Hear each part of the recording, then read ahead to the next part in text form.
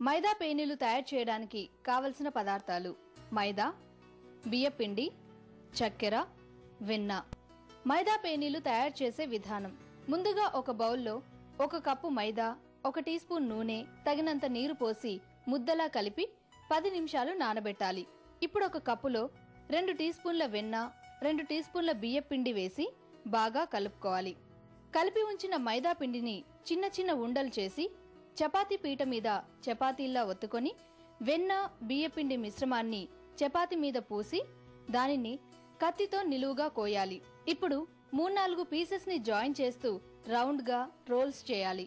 దాన్ని అరిచేతి మీద ఒత్తి ప్లేట్లోకి తీసుకోవాలి. ఇప్పుడు స్టవ్ మీద బాండి పెట్టి డీప్ ఫ్రైకి సరిపడా నూనె పోసి కాగనివ్వాలి. అరచేతి మీద ఒత్తిన చిన్న చపాతీలను తక్కువ ప్రెషర్తో చపాతీలా ఒత్తి కాగిన నూనెలో ఫ్రై చేసి ఒక ప్లేట్లోకి తీసుకుని పైన పంచదార పొడి జల్లాలి.